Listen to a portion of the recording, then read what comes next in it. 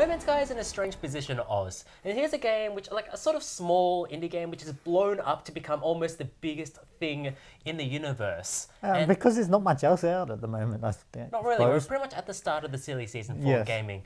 But if you haven't heard, No Man's Sky is a massive space exploration game. A game filled with supposedly 18 quintillion planets, all generated through algorithms and maths. Yes, that's some good stuff there. Apparently the game is only like 6 gig in size because it's all generated randomly. But is that a good thing?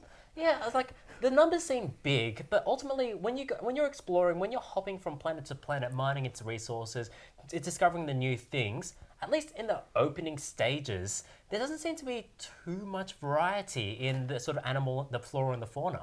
Yeah, so you look at the flora especially, and you know, red flowers give you this resource, yellow flowers give you this resource, and you go to a different planet and it's the same red flowers and the same yellow flowers.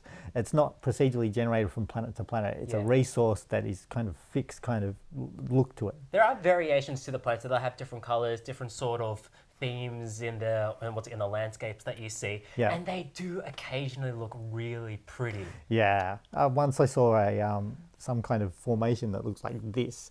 I had this green goop coming out of it that was like an iron resource, but it's the craziest thing I saw in the game. See, I haven't seen anything like that, which like sort of gives credit to the algorithm. However, it also means that a lot of the planets are kind of samey too, as in like you hop around from planet to planet, but all you see are the same sort of what's called bases, the same sort of outposts and shelters. Yeah, so you never come across a little village of kind of people. You always find a single person in a single like shipping container, basically, selling you stuff or whatever.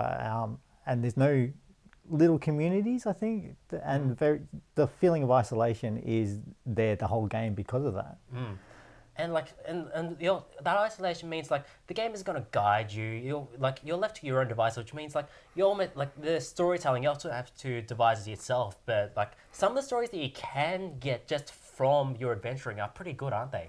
Yeah, well, the most exciting time I had there was when I found a crashed ship, and to make it my own, I had to ditch the ship I'd been using the whole game and run around on foot to get resources to repair this ship, to get enough tiny bit of fuel to get into the atmosphere to get more fuel, and had to drive somewhere else to fix the hyperdrive. It was quite an exciting part of the game, but it was a reiteration of the tutorial almost. Yeah, the fact that the tutorial was the most exciting part of the game is...